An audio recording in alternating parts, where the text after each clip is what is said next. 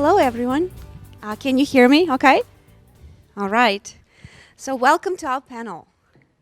I'm really excited to have wonderful women today that will tell you about artificial intelligence and automation that goes on right now in Silicon Valley companies and also around the world.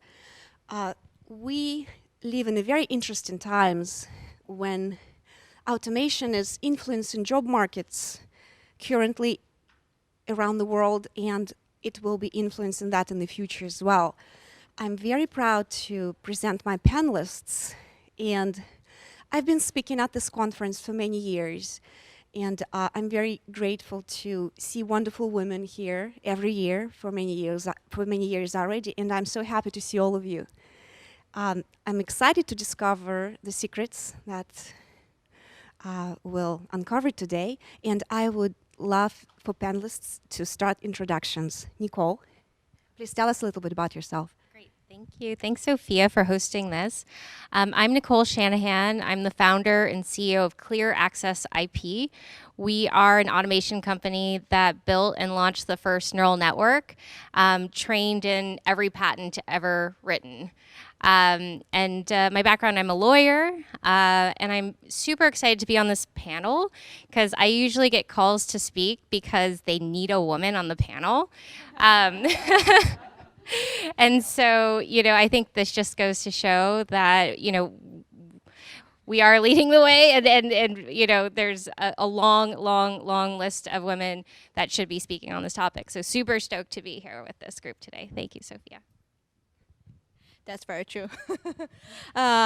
My name is Diane. I recently found a new Niousha fund focusing on industrial automation. So basically, where the minimum wage gonna be at, I'm trying to have robot, trying to have like AI technology to replace them. Previously, I was running a hardware accelerator called Shanahan Valley Ventures. And then I managed the UST and do due diligence and fundraising. So I've been in startup ecosystems for a long time, and before I have my own startup, as well as my own angel fund, both in Silicon Valley as well as in China. Thanks, Diane. Hi, my name is Jean, and first of all, thank you all so much for being here. I've been here for the past 2 days and had the pleasure of meeting a lot of you, and I have to say it's been a really positive experience, and if you have any questions during this, just don't let us bore you. Keep it interesting. For me, I work at a firm called Data Collective, which is an early stage venture capital fund that really invests in what we call deep technology. And what we define as deep technology are something with a real technological or scientific breakthrough that's addressing a multi-billion-dollar industry. This can be anything across sectors from amazing databases to literal rocket ships that go up to space to vertical farms to cancer cures. So excited about all of that. Before this, actually, though, I worked at McKinsey & Company, the consulting firm, where I actually helped a lot on the recent research on automation and job loss and all of that. So I'm really excited to be here and talk about this topic. Hi, everyone. My name is Niousha Zadeh, and I'm the founder and CEO at Brite Health. Brite Health is an AI technology for drug development for pharmaceutical companies. I started this company 2 years ago based on my own Ph.D. thesis. And after I was done with my Ph.D., I was a data scientist at a tech company for a short period of time. And I decided to quit because I thought that this is the best time for me to start this company.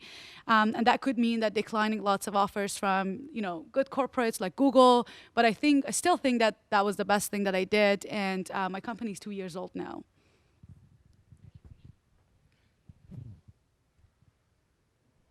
So yesterday I was in a meeting and I mentioned that Nicole will be speaking on the panel today, and the attorneys present were very scared of being automated out of their jobs.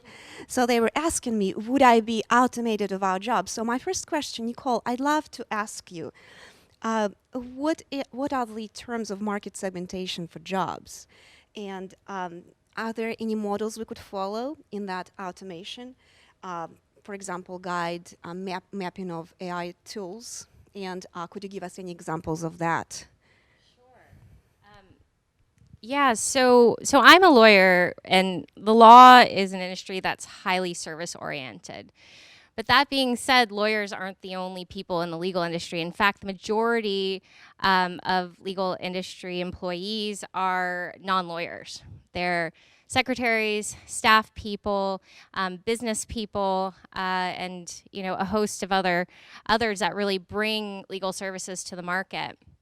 I spent 2 years at a center at Stanford called Codex, the Center for Legal Informatics, which was founded 10 years ago. 10 years ago, it was 5 guys sitting in a room and not at all interesting to anyone at the law school. It was a bit of a joke, to be honest. Today and last year, their Future Law Conference, which was in its 4th year, was completely sold out. It had attendance from deans of law schools, heads of legal departments, heads of law firms. And, a lot has happened in the last 5 years in automation. And I think what we're seeing is that it is possible to predict the pace and rate and scale at which AI is going to be consuming legal services jobs. So the segmentation really, I think, is going to happen in 2 parts. It's going to happen first at the clerical level, and then now with neural nets and with machine learning, we're able to perform higher order intellectual tasks, and such as legal analysis. So things that require you to consume a large amount of knowledge, have a large base that you've spent years training yourself on, and providing an opinion effectively. And so if you look at what neural nets are really good at, it's figuring out how to answer a question that doesn't always have one right answer. It just has the best answer. So that's one side.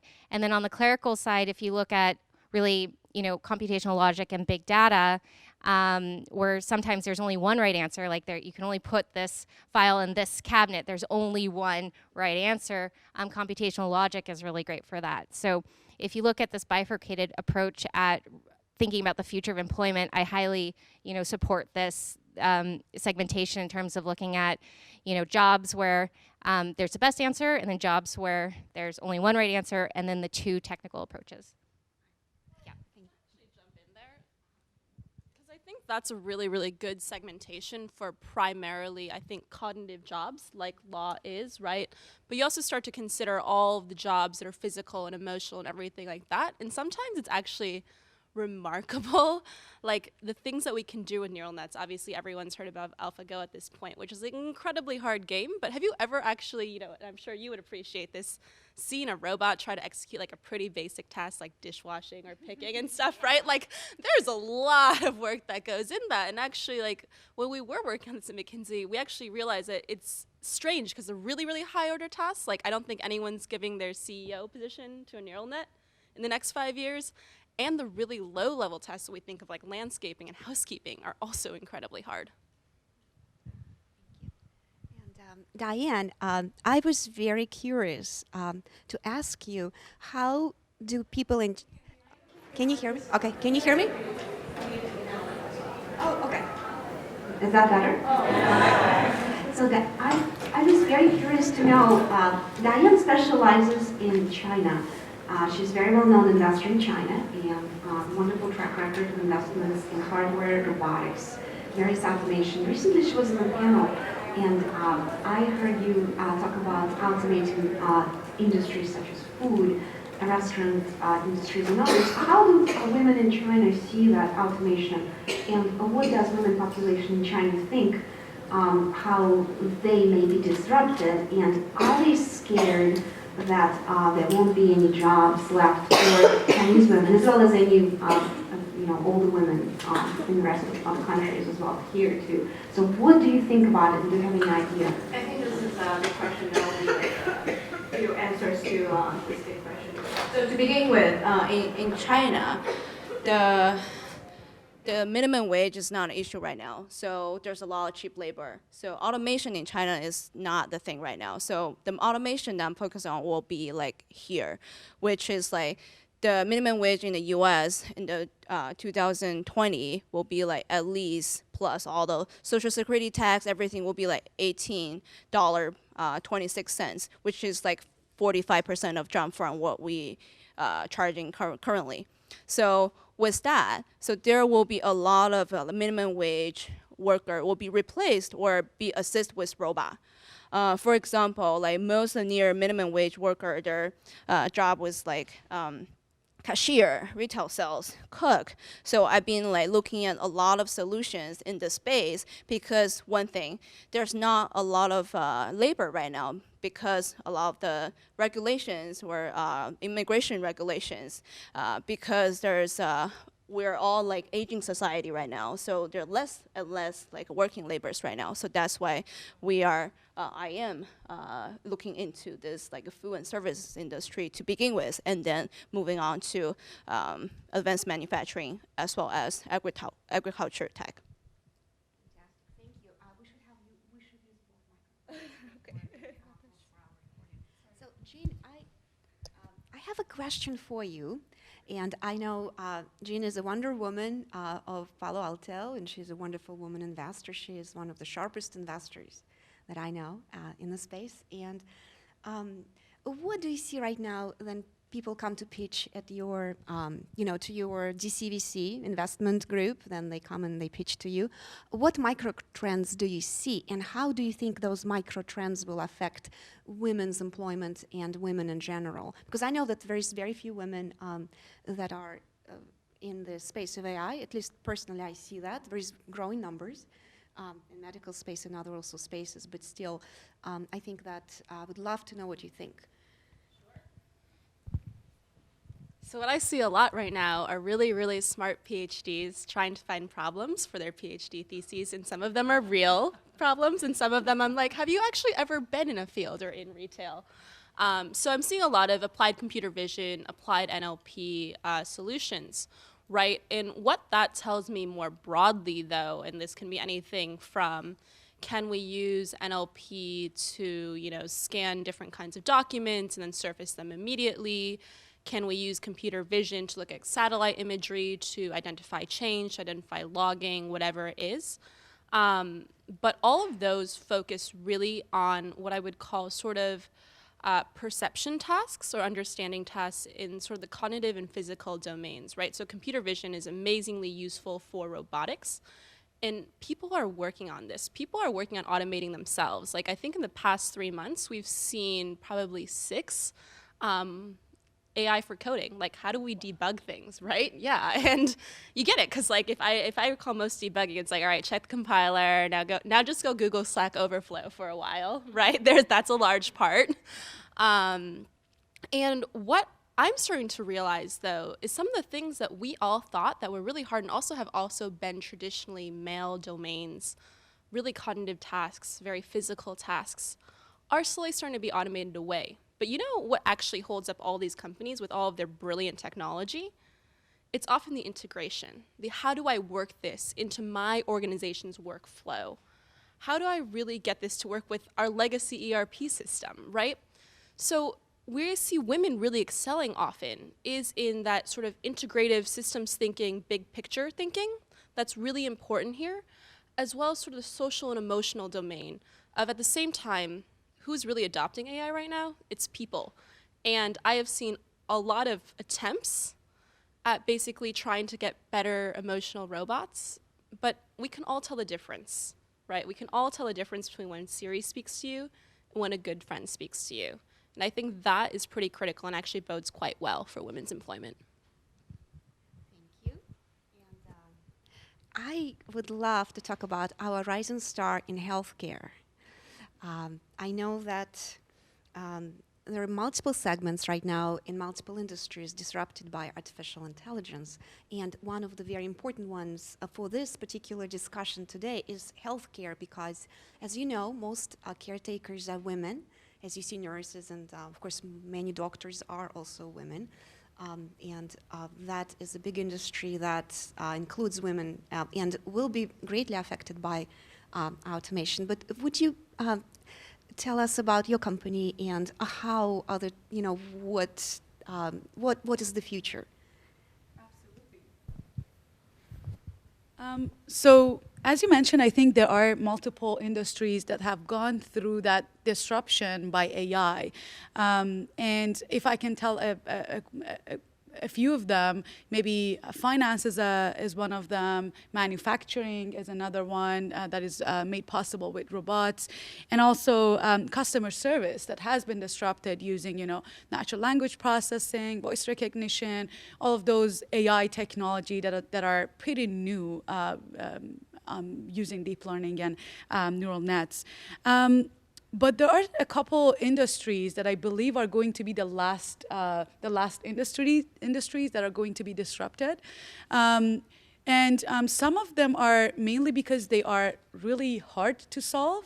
For example, transportation is one of the industry that is going to be definitely solved, but we don't know when. Google, Apple, Lyft, Uber, everyone is actually working towards driverless cars. The very first company who gets there is going to be the ultimate winner. The industry is huge, the potential is huge, and we definitely know that there is going to be a solution for that, but we don't know when. For healthcare specifically that you asked, I think the problem is a little bit different. There are hard questions and there are easier questions, but there's also the regulation involved. And the regulatory aspects, FDA improvements, lots of compliance, HIPAA compliance, all of those regulations are the ones that are keeping the healthcare industry to be disrupted at a very, very later date. And a very good reason to be in healthcare right now is because I believe the disruption will come at any time, but you have to be in the very first line of that disruption. And my company is one of the very first companies which is disrupting this healthcare industry using AI and data-driven technologies. So if I want to just make some examples of what are the examples in healthcare industry that are getting disruptions. For example, if you look at radiology, the image processing and image recognition is going to be used for diagnostics, diseases to be detected in a better, faster, cheaper way. But with the regulations involved and with the expertise of those radiologists, we can't really let it do it alone. So ultimately, I think there's going to be a combination of those technologies helping radiologists to detect a disease, detect a tumor, or diagnose a disorder. So I think there is this part of AI technology that is going to disrupt healthcare, but using a helper, like being a help to the industry, being a helper to radiologists, to physicians to diagnose or detect a disease in a faster, cheaper way. But there's also another way that is more towards an automation and using personalization for healthcare. And that part can be done alone. And that part is actually needed to make the drug development, for example, going to the market faster. Patients are waiting for the drugs. And one of the things that my company is working towards is that how we can make this process of drug development faster and cheaper so that you can have the drug in the market to the hands of patients faster. And that is a part that is going to be done with automation and AI and data-driven technologies. Can I quickly ask you a question about that? For sure. So now we're seeing basically these deep learning algorithms actually outperform radiologists in a lot of cases, right? Is it an ethical thing, or why don't you think that we will just automate away the radiologist? Mm-hmm. So I want to know, what is the performance here? Is it more towards, like what is the false positive rates? What is the false negative rates?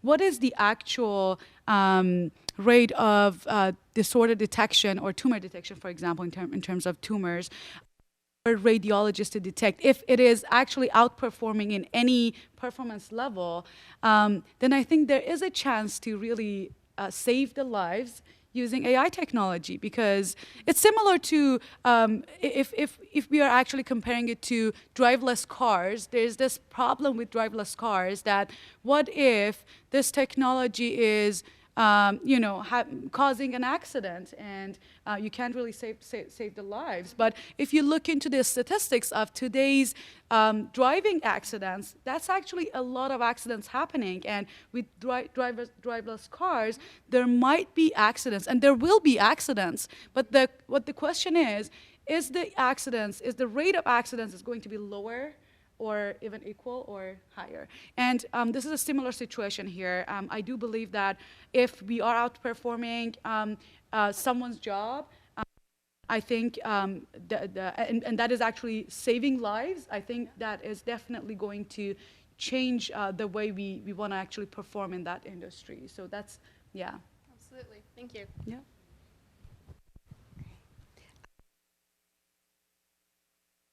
We have over 4,000 people, but there's very few girls.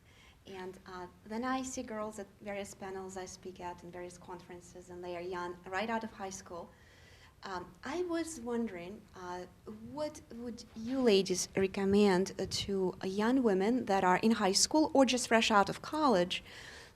What would be the paths for them to take? And also, if you personally were to be in high school again right now, what would you do?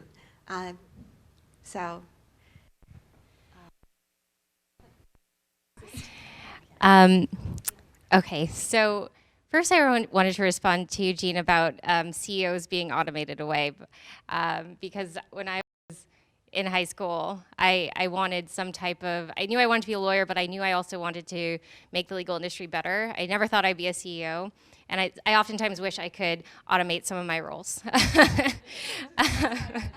Yeah.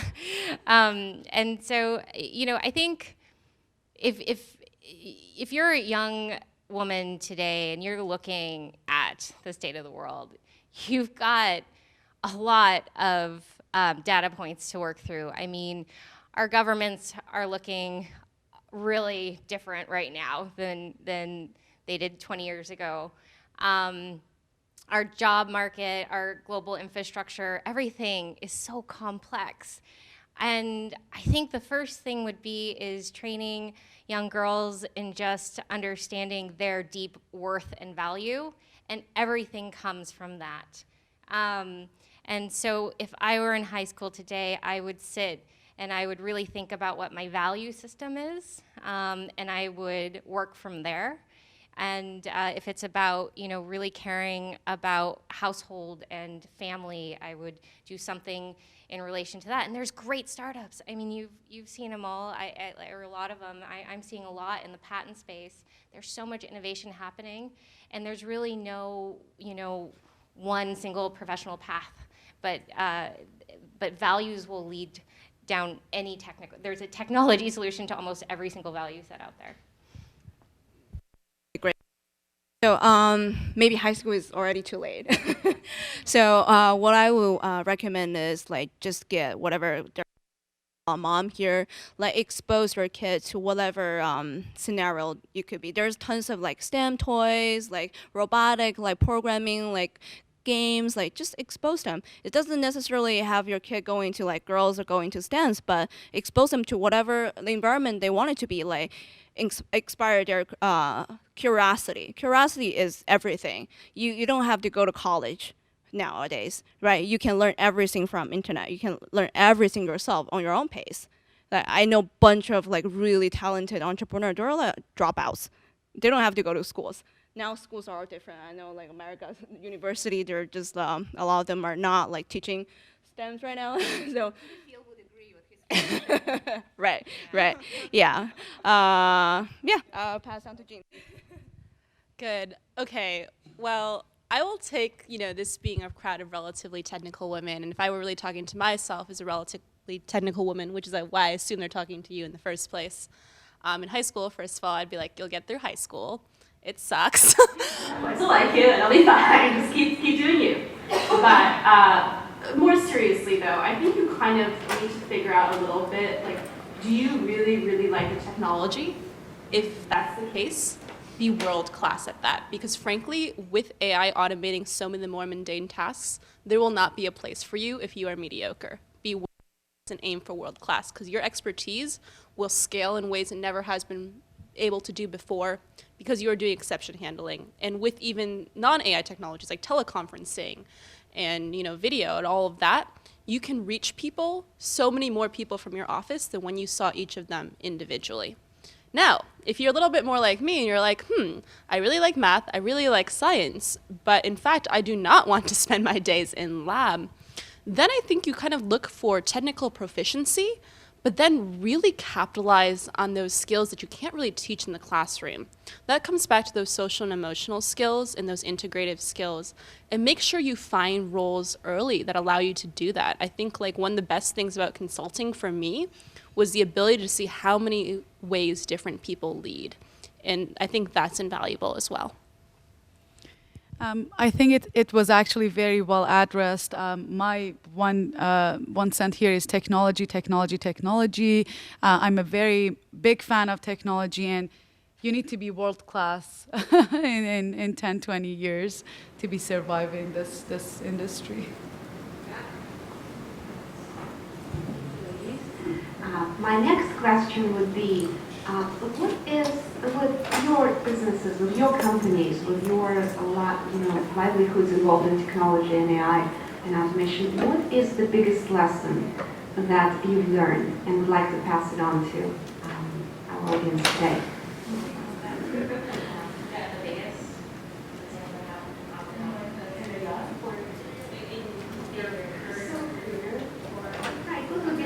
What would be the lesson that you've learned from doing your job that you'd like to share? Like what, maybe something interesting, maybe something profound? I can start. My advice is like what I learned that I want to talk about is very. It looks shallow, but it's really deep. I feel that I have to pass it on. So be persistent in whatever you want to do. That is one thing that I learned here. You will see lots of people who are not agreeing with you. You will see lots of VCs who will say no to you. You will see lots of friends and family who will push you towards industry, or if with other industries that might not be to your interest. But what I learned in my path in the past 2 years was that really be super focused on what I want to do and be persistent on what I want to do. And I think that was the main reason that I'm here with my company still going on, generating revenue, having customers, having one of the top 20 largest pharmaceutical companies as our customer, is because we are persistent and we didn't. We did listen to everyone, but we didn't do what they said. We analyzed everything. We were persistent on our own goal. Similar to that, but perhaps from the other side of the table, one thing I've learned over time, I think, is that praise and criticism are two sides of the exact same coin, and you should take both as data points. So as a VC, I say no to 99% of the companies that I meet. And you know what? Half the time, it's just completely about us and fit. The other half the time, you had an off day. The other half the time, I had an off day, right? It's in some ways a numbers game. But the thing is, when we do actually try to give feedback, we are trying to help. And people have done that for me in my career. And sometimes I've gotten that negative feedback. And I've just been like, oh, they think that, I'm too aggressive. Or, oh, they think I'm not aggressive enough. That's the other side, right? And at first it was like, I think I'm just bad at this, or that I'm underperforming, or I need to change my whole personality to succeed at this organization. And that's not true. But at the same time, it happened the other way, where people are like, oh, you're so good at this. Turns out I didn't even like doing that very much, but since people told me I was good at it, I was like, oh yeah, I should capitalize on my strengths. But realistically, two sides of the same coin, take them both with a grain of salt. I would say when I was an entrepreneur, the thing is you have to know what you want in life, and then be persistent as well. There's a lot of things that you probably think you can't do it right now, but just keep doing it. And then till the point that you're, oh, this is like a piece of cake. Why will I be so scared? It's mostly just the voice in your head. Why not just trying to start doing it instead of picking up the phone, just talk to a customer, whatever. You have tons of voices in your head. I can't do this, or why would people buy from me? Why would people trust me and putting money in me? So there's a lot of voice in your head, but just do it. Pick up the phone. Don't hesitate at all. Dial the number and start talking. Yeah. So I the way I'm going to answer this is what I've learned from selling our AI product into the market today, and what I've learned from best practices of what closes a deal and what doesn't close an AI deal. What doesn't close an AI deal is talking about how awesome AI is. What does close the deal is talking about how this impacts the day-to-day lives of people, helping them imagining getting home stressed 30 time with their kids and cook a nourishing dinner, and to get some exercise. And I think that, you know, what I learned really from all of this is that people are looking for a better way to experience, you know, from the moment they wake up to the moment they go to sleep. And AI is just a term. It's nothing more than a term. What you're selling is an experience. And don't stop here. I know that at Stanford, you wrote a very interesting thesis, and I know that it has a lot to do with your work. So how could you tell us more about that? Sure. So there's this great economist in the 70s named Ronald Coase, and Ronald Coase designed something called transaction cost theory. He said that nothing happens in the world unless the transaction cost is low enough. So what qualifies as a transaction cost? It's like fees, time spent, energy, you know, people, intermediaries, etc. So Coasean mapping is something that I coined while at Stanford to predict really, you know, what the future looks like in terms of adoption of tools that reduce transaction costs to zero. So if you think about what Uber does, it connects you with somebody who's willing to take you somewhere and designs the price. You don't have to negotiate it. So it saves you all of this energy to get a ride somewhere. So that's going to be a successful tool. You can pretty much use that same model for every single successful tool entering the market, and you can use that same model for predicting which tools are going to fail. You have to look at the costs from the consumer perspective, and everything else kind of follows very elegantly. Thank you. And let's right now look into the global market of women versus men. How do you think the trends are different in how jobs for men versus jobs for women are affected in the US and around the world?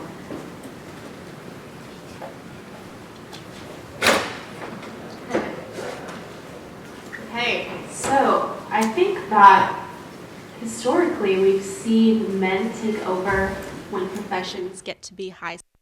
I'm sure many of you knew the early computer programmers were mostly women because it was considered administrative, secretarial, not core to the company's mission. And in fact, I think you will see men, as some of those social and emotional skills become more and more important, start to develop them more. What I really hate to see, right, is that you end up with a battle of sexes and that we can't both win. So I think, you know, as we have more balanced workplaces and we open the dialogue, you'll probably see a better effect that need to push women out. I think there are some really heavy women.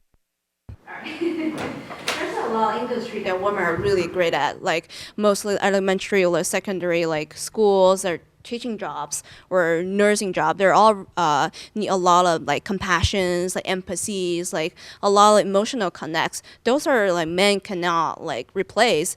But there's a lot of like construction works, like getting like driving a trash trucks. Those works are mostly men.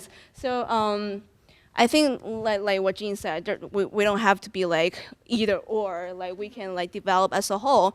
I mean, we're facing the automation, we're facing AI as a whole. So like what I said like earlier, like for example, like cashier will like cook in the kitchen, they're all like, the gender doesn't matter anymore. So, but no one wanted to do that, those kind of low level, like unskillful like jobs, because no one wants to work, right? More people wanted to like enjoy their lives, and then we're probably a lot better than yesterday's kings, their life, right? So as we're growing our technology, as AI helping us, I think everything will get better.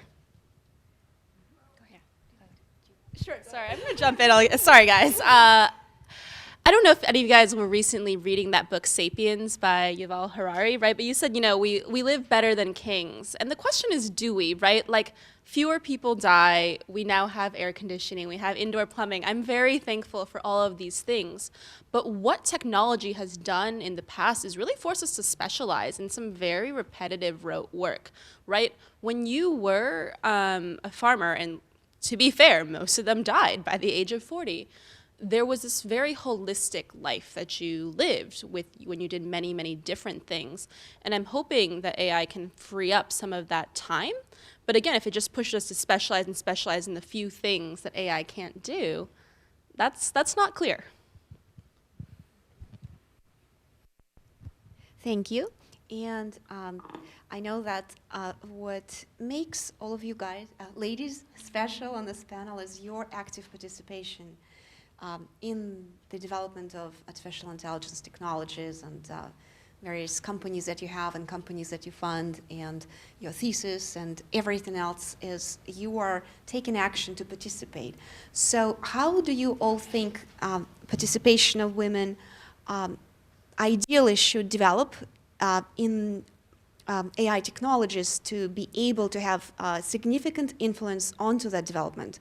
Because being in tech for a few decades as I've been, I've seen minimal participation by women, but I see there's a gradual increase in the participation of there's more girls, and right now more women start tech companies. So how would you map out the women's movement in that area for the future?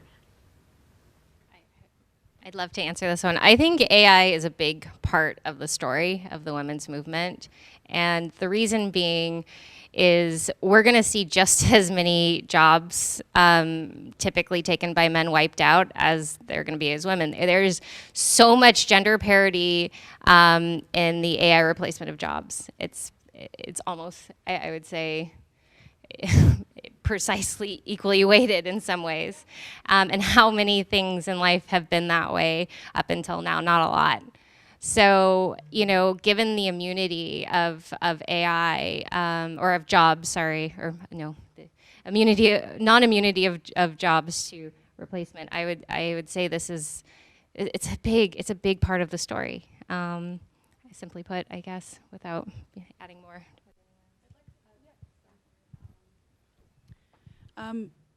I think if we look at only the technical side, like being a woman in a technical company doing technical work, I think AI and data science could be the ultimate equalizer actually here.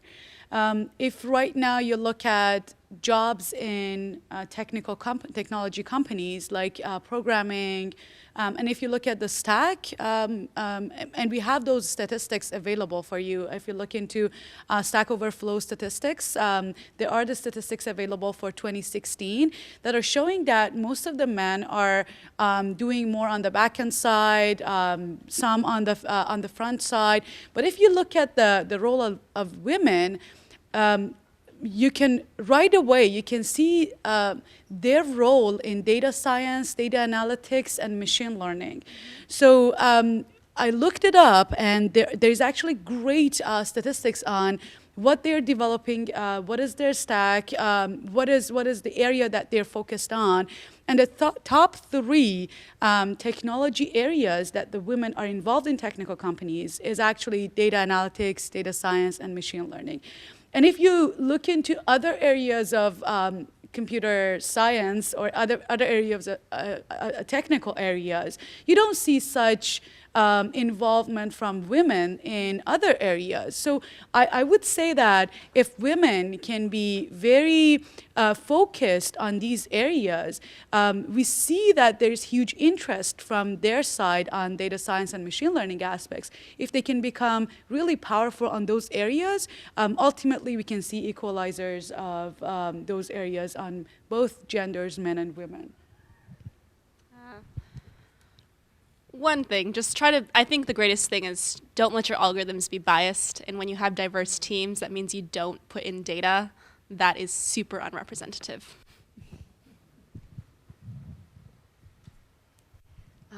And I would like us to take a last question from me and then open up for the audience to ask questions.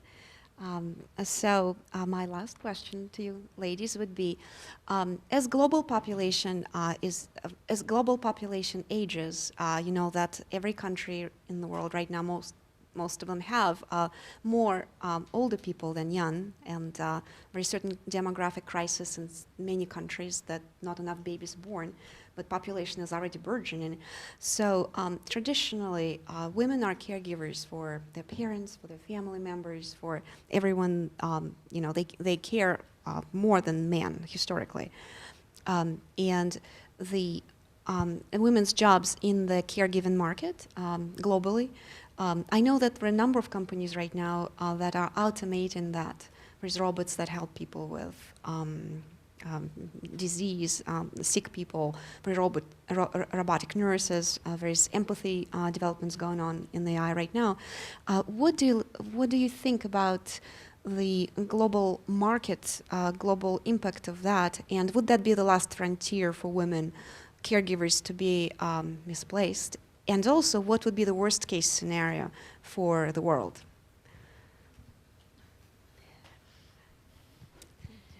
Sure. I don't think it will be that extreme to begin with. So I invested in this company called Catalia Health last year. You know that? Yeah. So it's a really cute robot with like giant eyes and like holding a little tablet. So what it does is replacing the pharmacist role in like elderly's home. So elderly is like they can't afford one pharmacist to themselves like on a daily basis. What the robot does, it have like certain algorithm and it has like really funny conversation back and forth with the elderlies.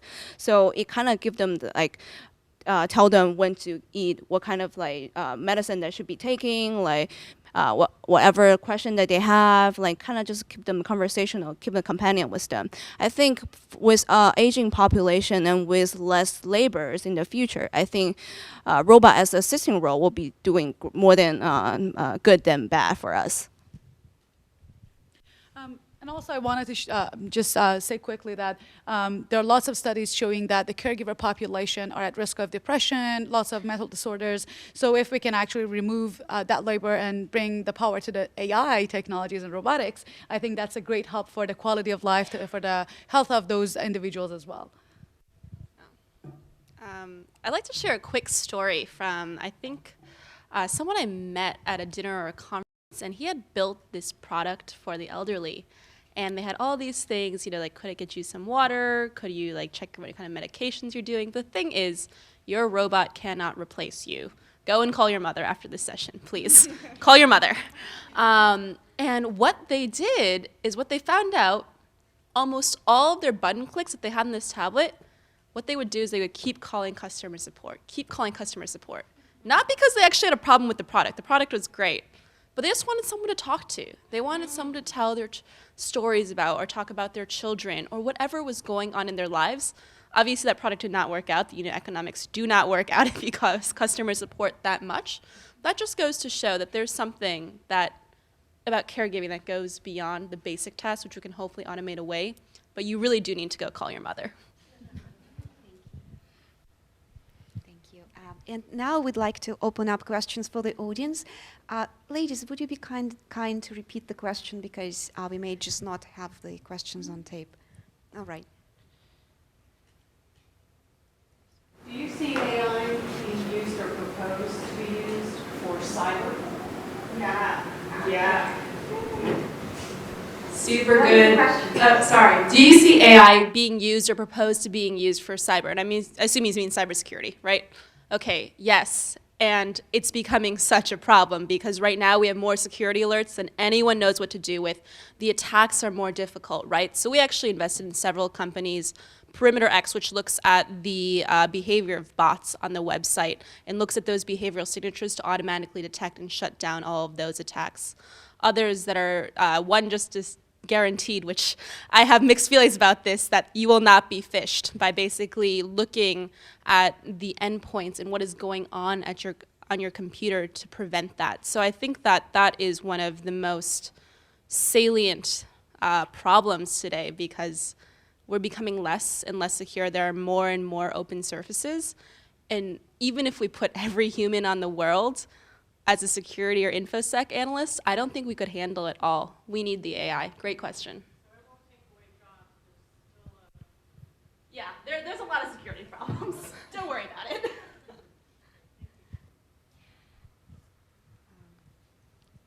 I actually have one other comment to that because we have a few users of our system that are trying to understand the innovation around AI and cybersecurity. And one data point came back that over 70% of mobile phone clicks are actually done by bots, not humans. Yeah, it's an enormous amount, and a lot of it, I think, is designed to generate attention, ad revenues, numbers, and the like. Some of it's just blatantly fraudulent for malicious purposes. But you know, there's definitely a need for innovation in that space. I just wanted to make a quick observation. I wanted to ask the panel their opinion if they know, but just to let everyone in the room. Speaking of AI, I don't know if you know, what's your opinion of Microsoft buying millions of synthetic DNA strands from biochris to store data? And how does that help us innovate? Because when I was reading that article, the first thing that popped in my head was, I have to invent a company to store this data and extract it. There's a whole bunch of jobs and innovations to be made by even storing, by extracting and embedding this data. So I just wanted your opinion if you know this latest Microsoft buy. They tried to buy the company, but they didn't let them, and they only bought. Yeah. Well, I think the first time we were thinking about investing in DNA storage, I was like, this is stupid, guys. I don't understand it. And then, you know, to their credit and to an open workplace, they're like, no. The thing is, DNA is literally shelf stable for centuries. 10,000 years. Yeah, millennia. Yeah, yeah, and like if you think about it, we do actually have data that we need to access all the time. That's stuff you put, you know, that's why RAM exists, right?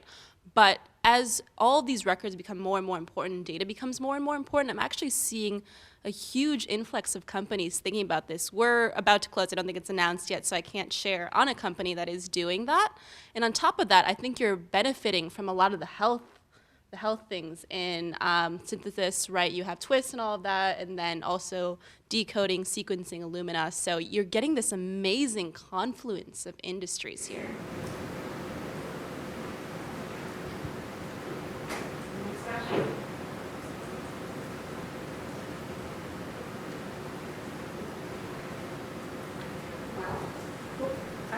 I have one question. So what's the one thing you're really excited about with AI and women as far as opportunity, and what's one thing you're nervous about? So what's one thing you guys are nervous about and excited about? Yeah. I think as a woman that we have like biology like difference than men, that we probably at some time that we need to be like, excuse, we're gonna have like life, we're gonna have babies, we're gonna like get this connect from our daily jobs. I think the future, what I've been like looking forward to is AI gonna take away a lot of the labor. The jobs that I don't want it to be doing, and then can spend more time being more flexible doing the stuff that I wanted to be doing, and then like be with my family more often. Yeah.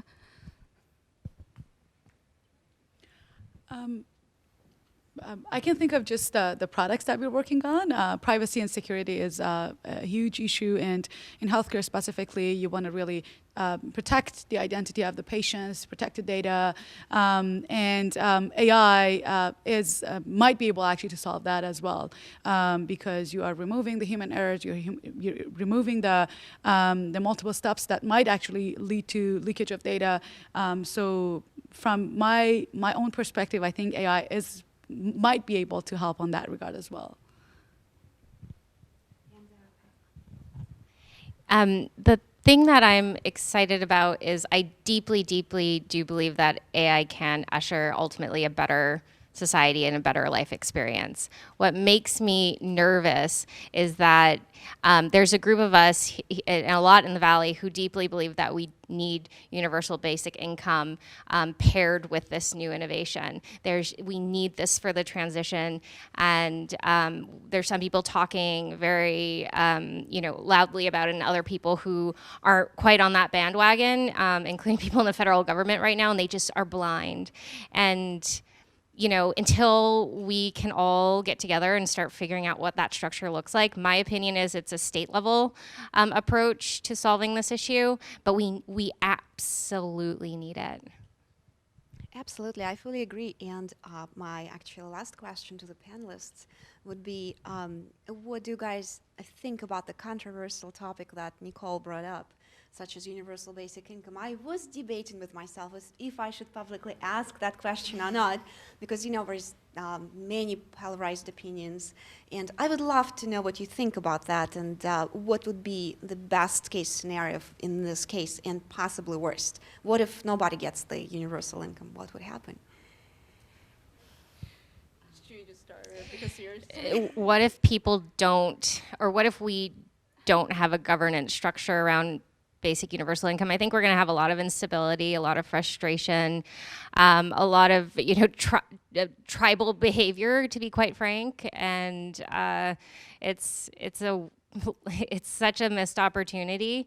And I would say that it's really up to folks who have been leading the path to AI to now also take upon themselves the responsibility of providing forms and formats of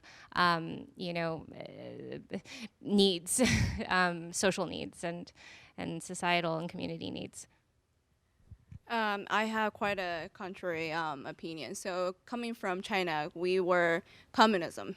So when we were having all those stems to get rice, to get vegetable, everything's so limited. We were communism. But I grew up in Shenzhen. For the past 25 years, Shenzhen has been amazing. Shenzhen has become one of the hub for hardware companies, great technology companies. What we have done is free market. What we have done is we are more moving towards from socialism into capitalism. I'm not a believer for universal basic income, and then I think for whoever making their effort to make the world better, there should be someone, I would say, not just take it for granted. Do you want to respond to that? Well, my mom's actually here, and she grew up, we were just talking about it at lunch, that she came over here from China in '82 when Deng Xiaoping opened the country up. And I think communism and universal basic income are different things.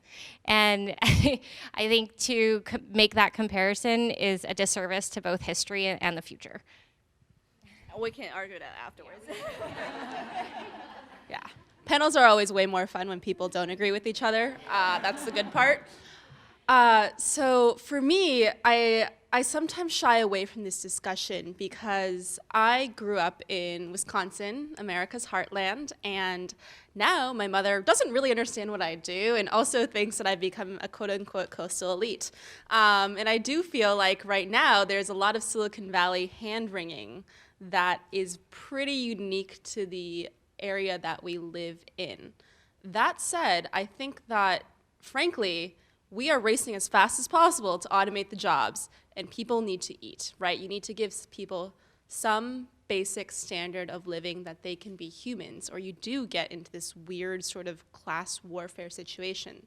That said, there's a dignity to work, and we need to find opportunities, whether they're volunteering, caretaking, art, all of these things that people can put themselves to so they don't end up, you know, basically Brave New World situation playing video games in their basement because they have nothing better to do.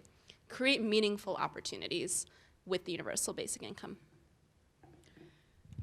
I think everything is covered here. My initial thoughts is that should happen, but I want to see what the YC study will.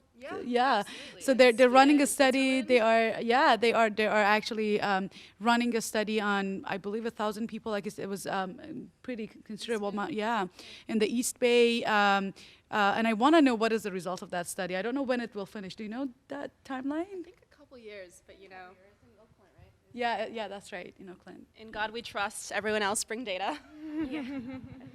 Well, if I may add, to this, I grew up in the neighboring country to China, which is Russia, in a small town, and during communism, and I watched the country crumble and collapse because the population was so squeezed by poverty and disadvantage. So I've seen the great economic system collapse, and the country was at the brink of civil war, basically. So it's very scary what goes on right now for me to watch. I've lived in the US all of my adult life, and I'm really worried right now to see this tremendous pressure that's exerted upon people with haves and have-nots, and the difference is escalates between, you know, the haves and have-nots every day, every year, and I'm curious to know what will happen. I'm not going to make any predictions, even living through a great crisis. When I was a child, that was like the most scary thing in my life. I would say that I agree with Nicole, and I also agree with you, Diane, because there is lots of people that they're so depressed, they just couldn't do anything. They felt there was no hope. And the most important, that population must have hope for the future, is, in Russia's case, the hope was taken away. And people were depressed, and it didn't work out well for the country. Even right now, they're still trying to do recovery, and it's just not happening. So I hope the same will not going to happen here, and that people will be helped somehow by the structures to be supported and not have the hope taken away, because hope is everything we have. Thank you so much.